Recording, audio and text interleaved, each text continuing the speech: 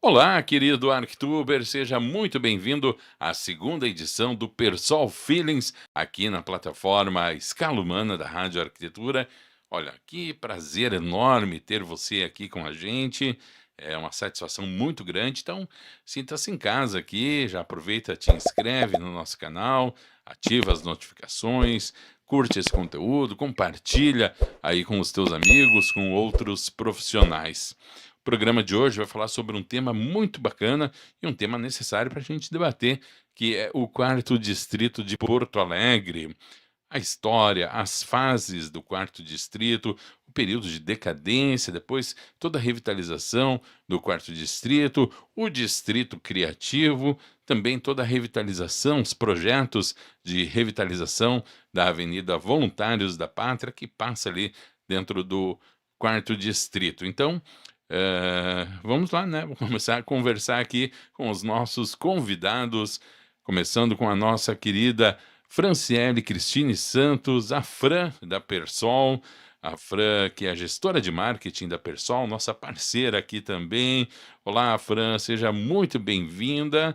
Já começo te perguntando o seguinte, Fran, a Persol tem uma ligação direta, né, com o quarto distrito, pois está ali bem no, né, no meio ali do quarto distrito. Tudo bem, Fran? Estamos aí já há 20 anos, né? Uma região que tem crescido, tem voltado a se desenvolver. A gente observa alguns movimentos e por isso Hum. mesmo estamos investindo para continuar aí por mais tempo. E também o nosso outro convidado desta segunda edição do Persol Feelings, ele que é fundador da Urbis Nova, nosso querido Jorge Piquet. Olá, Jorge, bem-vindo. Tudo bom? Primeiro eu queria agradecer o convite, Alexandre, teu e da Fran. Visitei a fábrica recentemente, a Fran me mostrou tudo, fiquei muito contente de ver o que eles estão fazendo ali numa rua tão importante como é a Voluntários da Pátria, não é? E que tem a ver com toda aquela região. Então estou muito contente de estar aqui para conversar com vocês um pouquinho sobre as coisas do quarto distrito, do distrito criativo.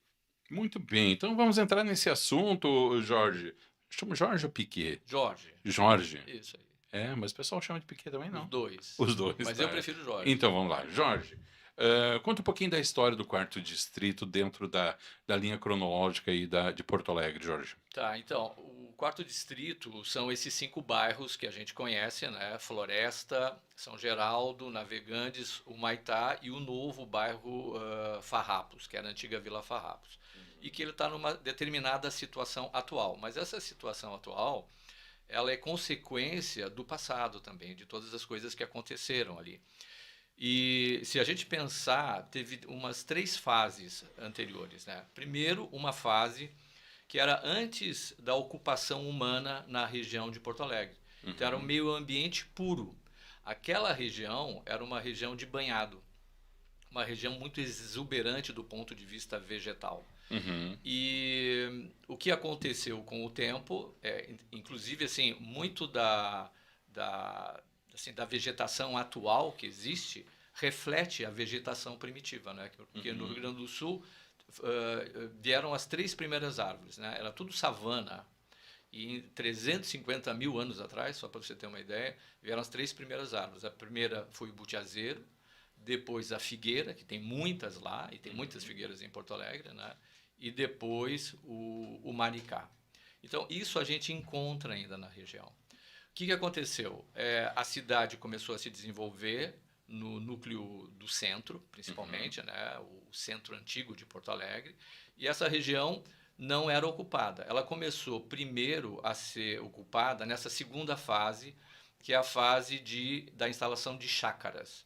Então, aproveitando essa riqueza do solo, essa quantidade muito grande de água, isso é uhum. muito bom para frutas, legumes, vegetais em geral. Então, várias chácaras se instalaram ali e trouxeram muitas árvores frutíferas diferentes.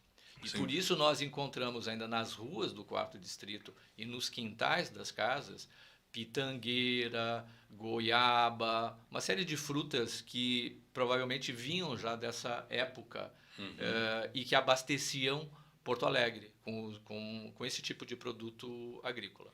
Então uhum. isso dura muito tempo, né? O que aconteceu? Aí veio no século XIX o início da industrialização de Porto Alegre. O que aconteceu? As primeiras indústrias, muito pequenas, não é? Fabriquetas, na verdade, elas se instalaram no centro de Porto Alegre. Tá? Mas com o tempo elas precisavam de mais espaço. Então, essa região mais ao norte da cidade, que estava ao lado do Guaíba, ela era muito favorável para a instalação dessas indústrias. Então, paulatinamente, as indústrias começaram a se instalar ali e tinha essa vantagem, que tinha uma linha férrea que vinha do centro de Porto Alegre até São Leopoldo e Novo Hamburgo, e tinha os trapiches no Guaíba. Então, os barcos chegavam ali nos trapiches ou os produtos das fábricas, matéria-prima das fábricas chegava e os produtos fabricados saíam pelo mesmo caminho. Então, isso foi o momento assim, de maior glória do quarto distrito, né? A industrialização. Porque o que foi? Principalmente pessoas que eram italianos, alemães e outras nacionalidades, espanhóis, árabes também, poloneses. Eles muitas vezes começaram atuando no comércio agrícola, aí eles enriqueceram. Porto Alegre não tinha indústria. O que aconteceu? O que acontecia? Se importava tudo. Então não tinha nem prego em Porto Alegre. Quer dizer, tu tinha que importar da Alemanha prego. Então, esses primeiros comerciantes eram importadores também. E o que eles pensaram? Mas por que, em vez de importar, nós não fabricamos? Aí eles importaram as máquinas da Europa, importaram os técnicos da Europa também, e assim surgiram as primeiras indústrias no quarto distrito. Por exemplo, a fábrica de pregos dos Gerdau foi a primeira fábrica ali na Voluntários, bem no início da Voluntários. Mas também tinha fábricas de produtos farmacêuticos, fábricas de alimentares, as primeiras cervejarias também eram ali, tanto na Voluntários quanto na Cristóvão Colombo, onde tem o Shopping Total. Era a antiga cervejaria Brahma, antes Continental e antes cervejaria Bop, que foi bem no início das cervejarias. Né? A gente tem que pensar que a cervejaria, na verdade, é uma indústria também, né? É uma indústria de cerveja. Então, essas três fases foram muito importantes e todas elas estão lá. Então, a gente tem ainda as fábricas antigas, muitas vezes em ruínas, infelizmente. A gente tem ainda essas árvores frutíferas, sabe, da época das chácaras. E a gente tem ainda essa questão do banhado, que, por exemplo, toda a questão do alagamento no quarto distrito tem a ver com essa situação, né, de ser um antigo banhado. Então, tem uma série de obras de macrodrenagem, de microdrenagem que são necessárias especificamente naquela região. Bom, daí a gente está falando ali do ápice dessa região, Sim. com uma economia que começou a se desenvolver, abastecer a capital, abastecer o interior, mais precisamente a região que hoje a gente chama de região metropolitana, especialmente ali o Vale dos Sinos. Mas em que momento começou a decadência desse local? Porque alguma coisa deve ter acontecido para haver uma ruptura nisso tudo, né, Jorge? Sim, infelizmente aconteceu e, na verdade, também foi falta de planejamento. Teve uma razão, que é o seguinte: em todas as cidades do mundo, as primeiras indústrias elas estavam localizadas dentro das cidades. Só que, com o tempo, se percebeu uma indústria ela precisa se expandir, não é? A França sabe muito bem disso, né? Ela vai precisar se expandir, ela vai precisar comprar mais espaço. Dentro de uma cidade é muito difícil, porque você tem uma série de casas ao lado, não é? Então, você teria que comprar o preço de uma casa é muito caro comparado com um terreno livre. Então, nos anos 70, o governo do estado ele promoveu uma política de incentivo para as fábricas que se deslocassem para a região metropolitana da cidade, ou seja, para cidades como Guaíba, Gravataí, Canoas, Esteio, que é o que a gente vê hoje em dia, né? A gente vê as fábricas todas indo sempre para lá, não mais para a cidade de Porto Alegre. Isso está certo, quer dizer, em Londres aconteceu isso, em Barcelona aconteceu isso, todas as cidades aconteceram a mesma coisa. Só que faltou planejamento, ou seja, tudo bem, as fábricas vão sair, mas o que vai acontecer com a região, com a saída das fábricas? Então, o que aconteceu? Primeiro, todos os operários que moravam ali foram embora também. Eles não vão morar longe das fábricas. Segundo, todo o comércio que atendia esses operários também enfraqueceu muito.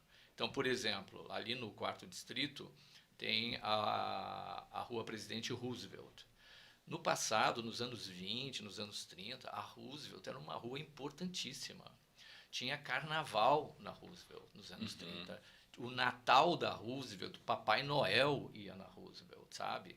Por quê? Porque tinha uma quantidade de gente, de comércio ali, e também de clubes, não é? A antiga Sociedade Gondoleiros, a Sociedade Polônia. Quer dizer, havia muito associativismo entre essas famílias que moravam ali, porque muitas eram de origem alemã, ou espanhola, ou polonesa, então isso também favorecia. Então, uma vida social, uma vida esportiva também, muitos sindicatos foram abertos ali. Então, o que aconteceu? No momento em que as fábricas vão embora, essa vida toda começa a diminuir, não é? E se cria um vazio. E esse vazio é que acaba provocando a atração de outro tipo de negócio que tem a ver, às vezes, com a criminalidade, com esse tipo de coisa. E que é o problema que a gente herdou, não é? Então, a partir dos anos 70 é que começa a decadência. E aí começa uma tentativa também de revitalização.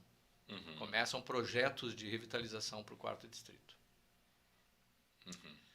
E, só para vocês terem uma ideia, o primeiro projeto foi nos anos 80, por causa da instalação do Transurb. Tinha as estações do Transurb e eles achavam que essas estações seriam polos de desenvolvimento daquela região, em torno das estações. Mas, infelizmente, isso não aconteceu. Não aconteceu, né? Não aconteceu. Você tem as estações ali, elas são importantes para a mobilidade, sem dúvida, né? Mas você não vê nada em torno delas. Né? Aí, isso foi nos anos 80. Nos anos 90, a prefeitura imaginava aquela região como uma... Anos 90 foi muito o momento em que a internet estava surgindo, e principalmente os computadores pessoais, né? Vocês lembram daqueles disquetes? Você comprava um programa... Oh, Jorge, não me lembra disso, Jorge. Né? Tinha o disquete pequeno, tinha o disquete grande. 5 1/4 e 13,5. Exatamente. Polegadas. Dependendo da geração, vai ter que explicar o que é o disquete. Quem estiver nos ouvindo. Disquete. Então, se guardava a memóriazinha naqueles disquetezinhos, né? Então, tinha muitas empresas de tecnologia que produziam programas e colocavam nesses disquetes e vendiam programas de contabilidade, né? E nos anos 90... a prefeitura, aí que tá, é uma discussão. A prefeitura da época achou que tinha ali uma concentração de empresas de tecnologia, tá? Eu nunca vi exatamente se isso é verdade ou não. Claro que tinha algumas, mas eu nunca senti que fosse algo diferente de outras regiões da cidade. Mas, enfim, era a decisão política da época. O que aconteceu?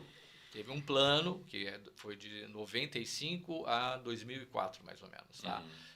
De colocar um centro tecnológico ali. Não aconteceu nada. Não vingou. Aí mudou o governo, né, em 2004, aí tudo isso foi para a gaveta de novo, né? E aí ficou muito tempo sem pensar no 4º Distrito.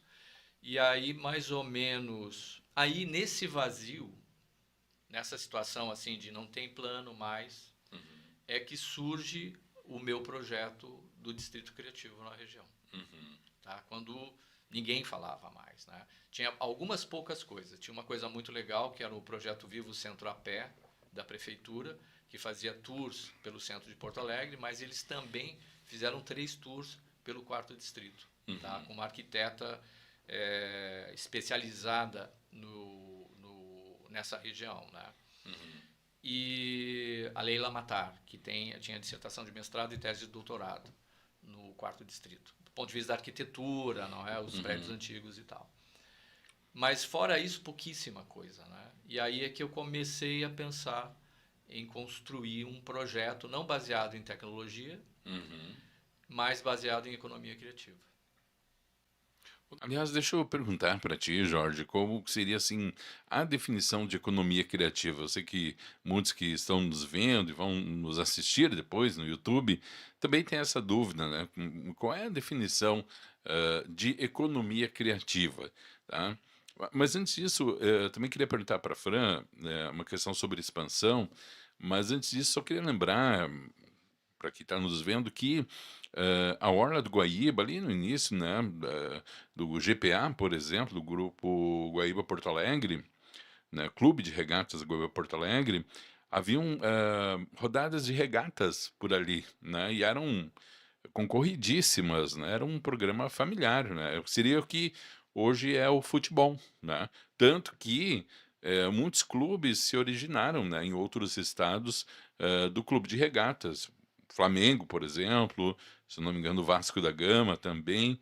Então era um programa feito pelas famílias muito forte na época que depois acabou, né, eh, dando lugar a outras preferências. Mas enfim, só uma informação, né. Queria perguntar para a Fran, dando um gancho aí no que o Jorge falou, sobre o processo de expansão. A Persol também tá, né, com planos de expansão ali pela região do Quarto Distrito, né, Sim, Fran? sim. Nós estamos há muitos anos, na verdade, já procurando, né, uma sede maior para a Persol, para poder fazer o investimento. Todas as outras unidades da Persol já são sedes próprias. Uhum, E Porto Alegre, quando nós, né, começamos a nos capitalizar, nós estamos aqui desde 2003 e na uhum, Voluntários desde 2005. Ocupamos ali 2 prédios de médio porte. uhum, Quando nós começamos a nos capitalizar para investir numa sede própria, houve um boom ali de valorização imobiliária, né? Acho que é uma especulação até em função de propostas de revitalização do uhum, quarto distrito. E aí nós ficamos observando, né? Também começamos a ver outras possibilidades fora da cidade, na região metropolitana, como o Jorge comentou, que tem muitos atrativos assim para fábricas, né? Terrenos, mais em uhum, conta, enfim.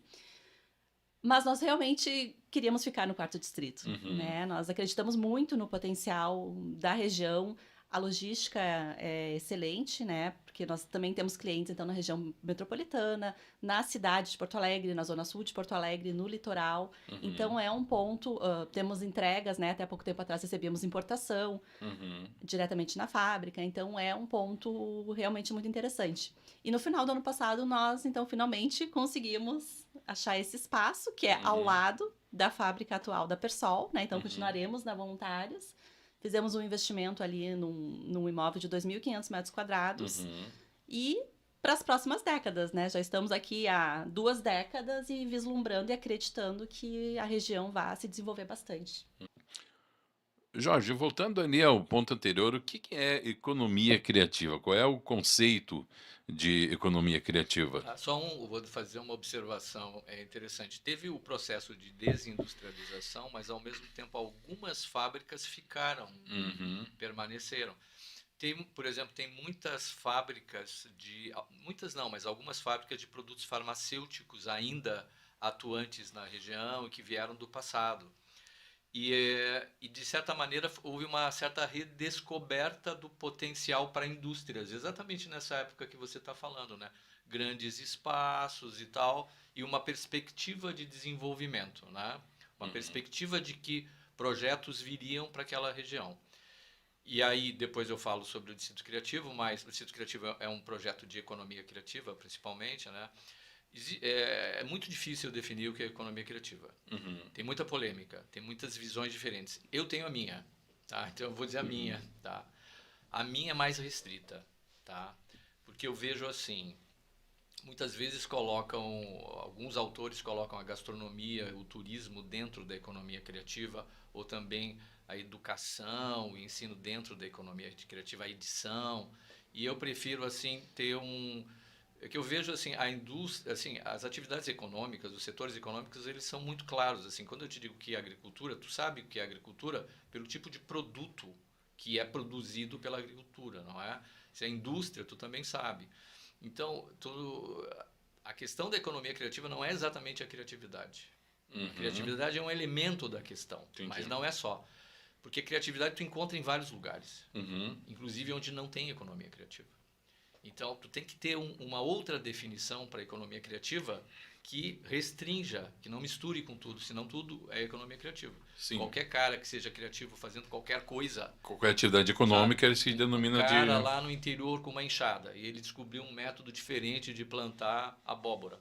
Ele está sendo criativo e é legal, ótimo, mas isso não é economia criativa, isso é agricultura. Uhum, Então, da mesma maneira que tem produtos e serviços muito claros, a gente tem que procurar uma definição clara. E a minha procura ser clara. Então, é assim, quer ver, ó, numa frase que não vai ser fácil de explicar, mas economia criativa é, primeiro, produtos e serviços no mercado, quer dizer, não é um cara tocando violão em casa, entende? Porque isso não está no mercado, tem que estar no mercado. Produtos e serviços no mercado, produtos que são, ou serviços que são simbólicos, tá? Então, todo produto simbólico é economia criativa, mas aí tu tem que separar de um outro tipo de produto simbólico, que é o produto da economia do conhecimento. Então, tem duas economias que ofertam símbolos, a economia criativa e a economia do conhecimento. Qual é a diferença? E isso é que separa a economia criativa da economia do conhecimento. Então, a economia do conhecimento, ela usa símbolos, livros, imagens, filmes, fotos, para mostrar a realidade. A economia do conhecimento é isso, é tu espelhar a realidade, né? Descobrir como a realidade é e expressar ela em símbolos, seja em palavras, em imagens, fotografia de uma célula, tá? Tudo é símbolo, mas é a realidade. Tu tá preso a essa realidade. Tu não pode inventar o que tu quiser. Tu tem que buscar a maior aproximação possível da realidade. A economia criativa também trabalha com símbolos, com palavras, com imagens, com sons, só que ela não está presa à realidade. A realidade nossa, ela pode criar qualquer realidade. Então, a economia criativa são produtos e serviços simbólicos que não têm um compromisso de refletir de uma maneira muito próxima à realidade. Ela parte da realidade, mas ela faz outra coisa. Então, um pintor, ele não precisa dizer assim, olha, eu vou pintar uma fruta, eu tenho que ser exato, preciso. Se eu sou um botânico, eu tenho que descrever a fruta precisamente. Um pintor não.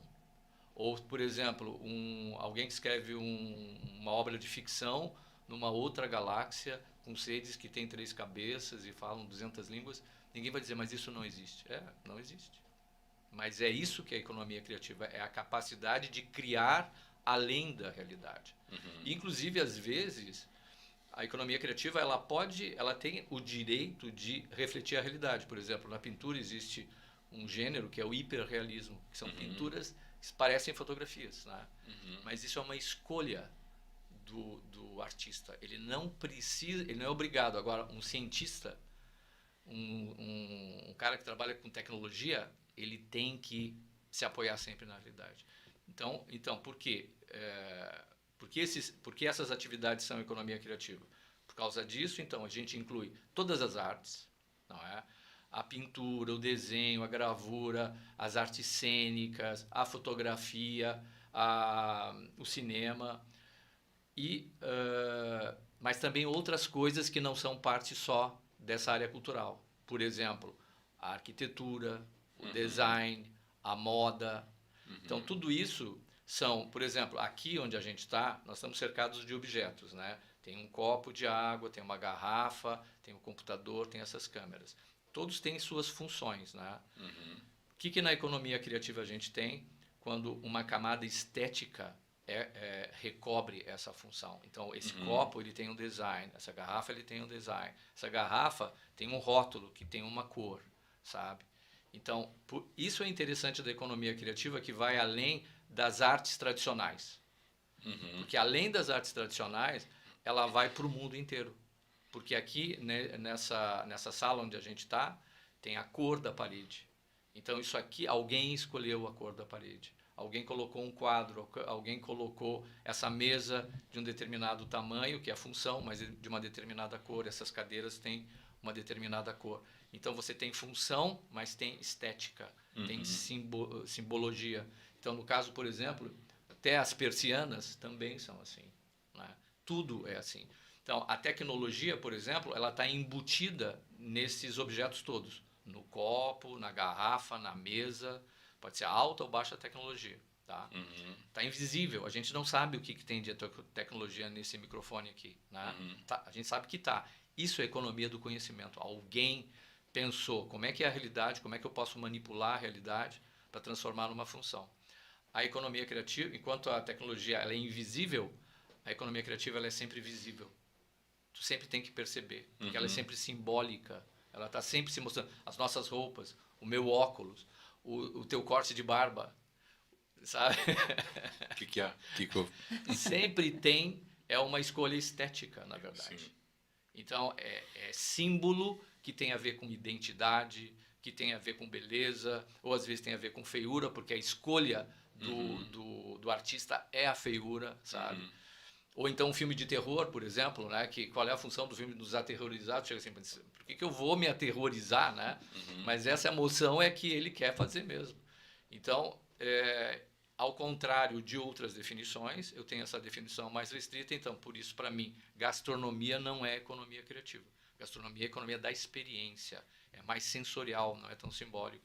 Turismo é economia da experiência, porque tu vai para uma praia, tu vai para uma serra, tu vai para um passeio, então isso não é um símbolo que tu está decodificando, né? É uma experiência que tu está tendo. Agora, a economia criativa, assim como a tecnologia, ela acaba se expandindo para todos os lugares. Então, num restaurante, quando você entra, está cheio de economia criativa na decoração do restaurante, na escolha do design do prato, na escolha do design dos talheres, sabe? Tudo isso é design, tudo isso é economia criativa. De cortar, mas eu acho que fazendo um link aí com a Persol também, né? Ela se insere nessa questão da economia criativa, porque tem toda a questão tecnológica embutida nos produtos, que conversa diretamente com o design, que conversa com a arquitetura, que conversa com os ambientes, que conversa com outros ramos, onde a criatividade, esse binômio, criatividade e economia andam de mãos dadas. Né? Por que uma persiana... Claro, deve ter persianas sem design nenhum e puramente funcionais para ser colocado numa fábrica com uma função, só aquela função. Mas toda vez que uma persiana vai para um ambiente humano, não é? Onde você tem uma sala que está pintada de uma determinada maneira, que tem os móveis de uma determinada maneira, quer dizer, essa persiana não pode ser só funcional. Ela tem que se integrar a esse conjunto simbólico que é a decoração do ambiente. Então, arquitetura, paisagismo, decoração de interiores, tudo isso é economia criativa. Fran, e dentro desse contexto, né, do design, das especificações técnicas, do desenvolvimento do produto, enfim, né, de tantos itens que compõem ali a produção, como é que a Persol se insere dentro desse contexto? Como é que vocês veem toda essa questão? Totalmente, né? Fiquei até imaginando, muito difícil, assim, visualizar uma persiana, como tu falaste, sem o apelo estético, porque nós, assim como a moda, por exemplo, a gente também está sempre vendo o que é a tendência, né? A gente fala dessa palavra, tendência, e a Miriam aqui no último videocast comentou que tendência é baseada no comportamento, né? Então, como é que as pessoas estão se comportando, o que está acontecendo, o que elas estão buscando.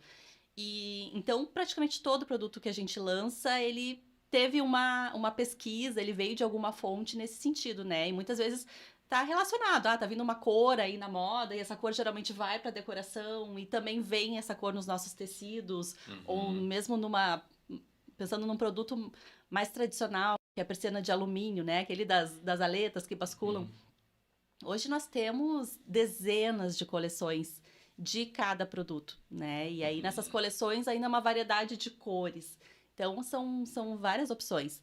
E daí a questão funcional, né? Então hoje não, já faz aí uns 10 anos que foi criada no Brasil na ABNT, normas específicas para persianas, né? Isso não existia uma regulamentação. Então, bem importante que atesta realmente a capacidade, a questão funcional da persiana, né? Quantas vezes aquela persiana consegue ser manuseada sem que ela estoure um comando, né? Em cima do tecido também. Então, que aquele tecido é um tecido que ele não vai se deteriorar. E essas certificações nós temos nos produtos da Persol. E ainda a questão da tecnologia, e como a gente falou também, né, bastante, hoje principalmente relacionada à inteligência das coisas, então a motorização que nós temos há muito tempo, mas de que forma essa motorização pode ser acionada, né? Então já através do smartphone, do comando de voz, e não tendo a opção de um ponto elétrico de alimentação, motores a bateria com painel solar, então ela já recarrega com uma placa solar, né? Ou através de um cabo USB. Então, realmente é bem complexo o pensamento. E a gente ainda também participa na cadeia junto do desenvolvimento de alguns componentes, né? Que são matéria-prima para o produto. O diretor da Persol, né, o Rodinei, ele era projetista quando ele fundou a empresa Uhum. e me identifiquei muito com o que tu falaste, assim, como é que ele teve esse contato com as persianas? Porque na época se trazia muito da Europa, né? Então se traziam componentes, pecinhas para a persiana da Europa e entregaram uma dessas pecinhas para ele projetar, para ele desenhar, para que começasse a ser feito no Brasil, para que a indústria começasse a produzir no Brasil aqueles componentes plásticos. Uhum. E ali ele se encantou, né, pelo produto e viu o potencial de desenvolvimento dessa indústria e queria ir dar um passo além do projeto para produção. Acho que a gente está aí, Jorge, em frente a um caso típico de economia criativa, né? Sim, sem dúvida. E, claro, quando o arquiteto ele vai procurar uma persiana para colocar no ambiente, ele tem que harmonizar essa persiana ao ambiente, né? Então, além do funcionamento tem que ser perfeito, né? Tem essa questão de cores e tal. Então, claro, a gente imagina uma persiana, mas uma persiana poderia ter todas as cores. Poderia ser preta, poderia ser vermelha, poderia ser rosa.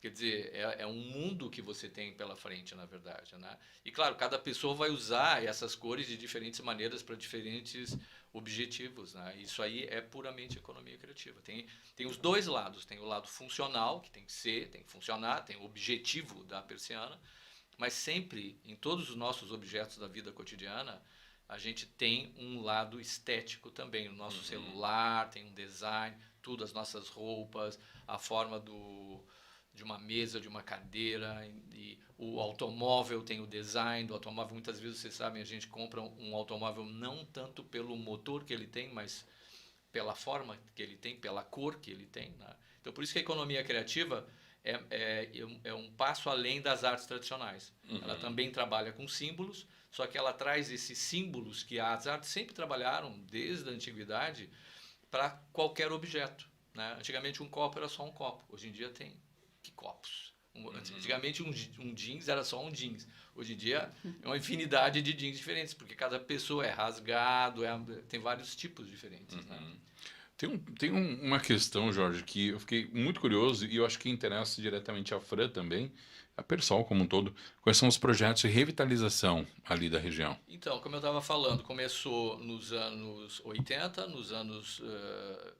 com o Transurb, nos anos 90 com tecnologia, ter uma parada. Aí eu propus o Distrito Criativo de Porto Alegre, que é um projeto baseado em economia criativa, que é o que a gente estava conversando antes.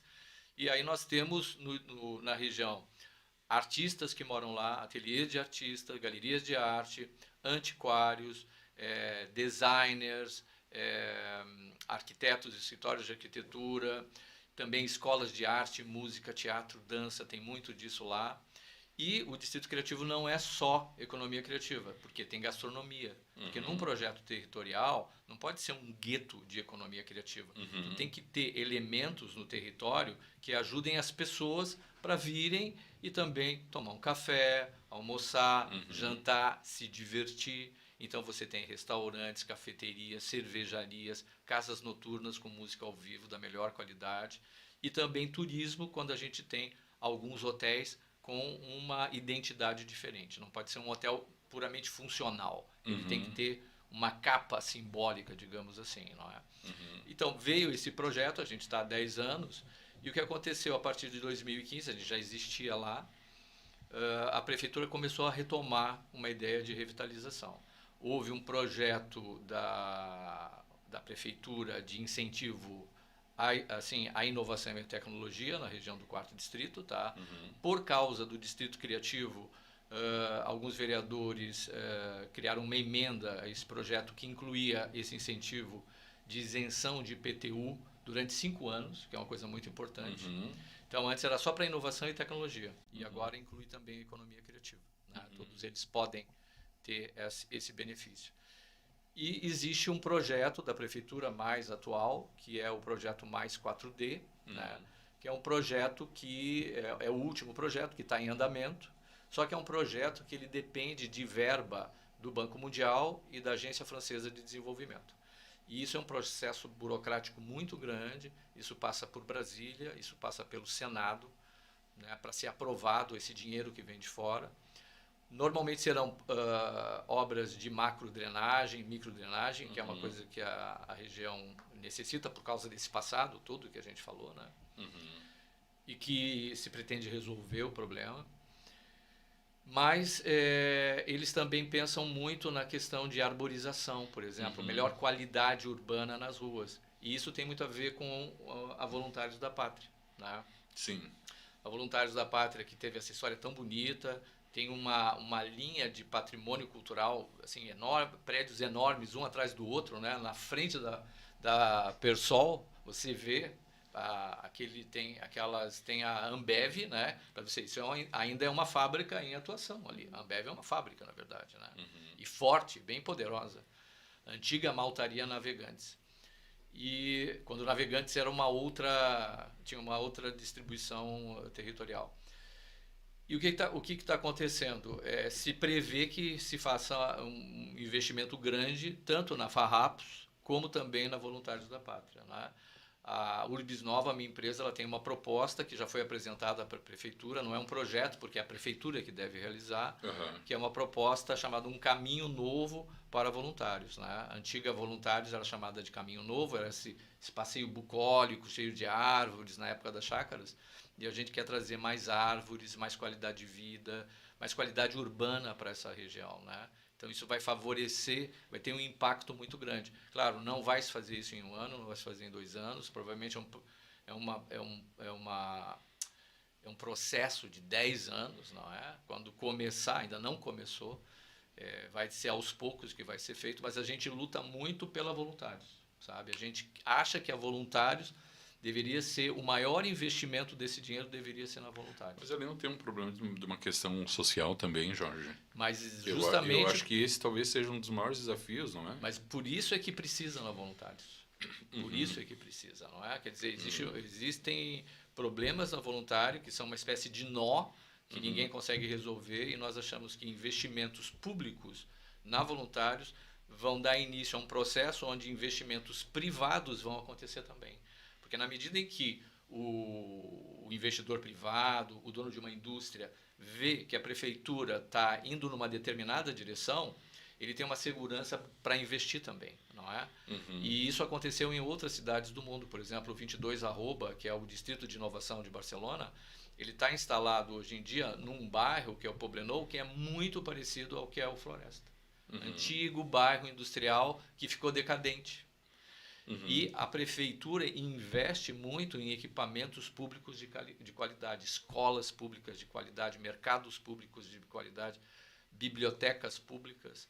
Então, quando você vê um investimento desse porte da prefeitura, o empreendedor privado vai dizer assim, eu também quero fazer parte disso, então eu vou fazer a minha parte no meu negócio e isso vai colaborar para ajudar o todo, não é? E claro, você tem problemas ali, mas se a gente não for nessa direção, esses problemas vão ficar por mais 30 anos. Acho que talvez uma das soluções é a ocupação, né? Sim. Pelas pessoas, né?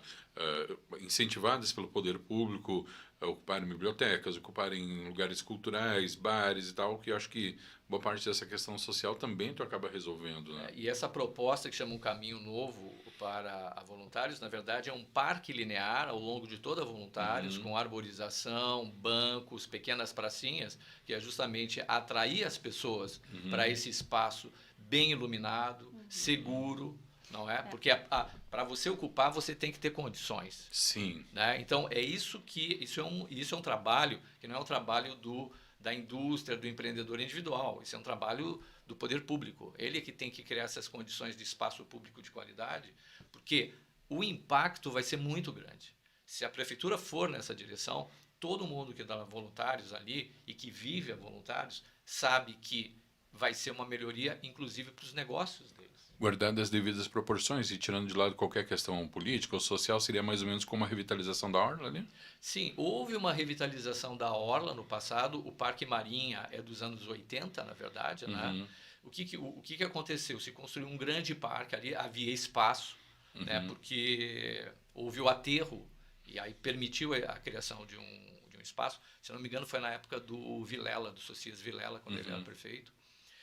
Mas essa parte ao norte, da orla não teve o mesmo tratamento. Uhum. Lembre também que a primeira Bienal, né, do Mercosul, ela colocou uma série de obras de arte, esculturas, no Parque Marinha, que ainda estão lá. Uhum. Então, o Parque Marinha, hoje em dia, é um espaço incrível, né? A orla está cada vez melhor. Isso foi feito do centro para o sul. A mesma coisa tem que ser feita do centro para o norte. E aí você vai criar uma ligação com ciclovia, por exemplo, Uhum. ao longo da Voluntários, desse parque linear, que vai até o centro e do centro conecta com essa parte da orla ao sul. Uhum. Então, tu tem uma orla toda qualificada. Sim. Fran. Tu estavas mencionando, né, a questão da ocupação. A gente já viu melhora nesses últimos anos, né, com os próprios bares, casas noturnas que começaram mais recentemente, né, porque nós estamos lá há 20 anos e agora a gente vê que vem pessoas de outros locais da cidade, outros bairros, para frequentar a vida noturna, o St. Patrick's Day, né, tu falaste o carnaval de rua, então, antigamente já é um evento que fecha ruas. Que a gente... No momento em que o proprietário ou o investidor olhar que a prefeitura está atuando ali na frente dele com mais qualidade, ele vai dizer, pô, vou transformar isso numa grande cervejaria, vou transformar isso num lugar de escola, por exemplo, sabe? Então, tem uma série de incentivos ou não, Jorge, que a prefeitura dá à ocupação desses casarões? Tem quando é patrimônio histórico, tem um certo incentivo, alguns deles usam, mas por exemplo, o Vila Flores, que é um dos participantes do Distrito Criativo, são 2 edifícios antigos do Lutzenberger, que é um dos nossos maiores arquitetos, não é? E eles conseguiram uma isenção de IPTU em relação, por ser patrimônio cultural, tá? Patrimônio histórico também, como se diz, prédios antigos. Mas muitas vezes para alguns é uma dificuldade. Você tem um prédio muito grande, tá? Que exigiria muitas reformas, quer dizer, um investimento. Claro, todo investidor ele não quer correr risco, primeira coisa, né? Então ele pensa 2, 3 vezes antes de investir. Então, por isso que são muito importantes essas atividades que estão acontecendo agora no 4º Distrito. Tanto, por exemplo, a fábrica Persol, que está ali e que é um local produtivo, sabe? Que gera riqueza, como, por exemplo, o novo projeto imobiliário, o 4D Complex House, que tá perto, inclusive, da fábrica, né? E que era uma antiga fábrica de vidros, né? Que foi muito importante, foi a 2ª fábrica do Brasil. Eles preservaram a fábrica está revitalizada, vai ser usada para atividades gastronômicas de qualidade. Num dos muros dessa fábrica, nós temos um mural do Cobra, que é um artista reconhecido internacionalmente, sabe? Um mural de extrema qualidade. E eles estão construindo, naquele dia que eu visitei a Persol, depois eu sair a pé e passei ali na frente, e eles estão levantando o prédio, que vai ser um prédio muito bonito. E isso vai trazer um público muito grande para aquela região, vai trazer movimento, eles vão ocupar todos esses lugares, cervejarias, bares que tem por ali, e isso vai ajudar muito essa região. Eles estão na frente da Voluntários da Pátria. Então, é um projeto de extrema qualidade. Então, por isso que toda a produção que existe ali, toda a qualidade que é trazida para voluntários, está ajudando a Voluntários a se transformar no que ela foi, que era um eixo importantíssimo, dinâmico e assim, base da economia de Porto Alegre. Muito bem, estamos indo para o final do nosso programa, passou rápido demais, assunto super interessante, mas antes de finalizar eu queria saber de ti, Fran, tu consegue visualizar a Voluntários assim, toda arborizada, né, mais segura, tu que vivencia diariamente ali a Voluntários da Pátria? Consigo vislumbrar, seria maravilhoso, né? Espero que aconteça aí nos próximos anos. Nós temos em torno de 50 pessoas que trabalham na fábrica, então a gente vê a falta que faz uma urbanização melhor, porque essas pessoas têm, né, o seu intervalo, algumas chegam mais cedo em função do deslocamento, ou quando saem no final do dia, à noite, né? Então, se houvesse mais possibilidade de aproveitar os espaços, se deslocar com tranquilidade, com segurança, certamente também melhoraria muito a qualidade de vida e de trabalho para todos os que já estão frequentando a Voluntários. Né? Até a própria questão de segurança também, né, para esse certeza. pessoal, né? Jorge, e tu que vivencia não só a voluntários, mas todo o quarto distrito tem esse projeto maravilhoso, quais são as tuas expectativas, assim, a curto, médio e longo prazo? O Distrito Criativo fez 10 anos agora, né? A gente ganhou o Prêmio Brasil Criativo como melhor território criativo do Brasil. A gente participou do documentário que vocês viram, assistiram. Lindo né? documentário, aliás. Né? Muito legal aquele documentário. E a gente tem uma série de projetos, um deles é fazer um documentário inteiro nosso de 50 minutos, mostrando todos os participantes, e nesse documentário vai entrar o patrimônio histórico, porque isso é inevitável. A gente está num território, a gente convive com esse patrimônio e também a questão do patrimônio ambiental. Ali perto de onde está a Persol, tem a Polônia, que é um túnel verde super bonito. Quer dizer, natureza, economia criativa, arte na rua, grafite, tudo isso é o futuro daquela região. Gastronomia, turismo. E o interessante é essa mistura com as fábricas também, sabe? A fábrica é muito importante, ela foi na história de Porto Alegre muito importante. E as fábricas, antigamente, eram um lugar assim meio escondido, não é? Você comprava as coisas nas lojas, mas hoje em dia a fábrica é um lugar de onde as pessoas frequentam, elas querem saber como as coisas são produzidas, né? E ter um contato maior com as fábricas. As cervejarias, por exemplo, você quer visitar uma cervejaria, as cervejas artesanais. Então, eu acho que eu vejo um potencial enorme ali nessa região, tá?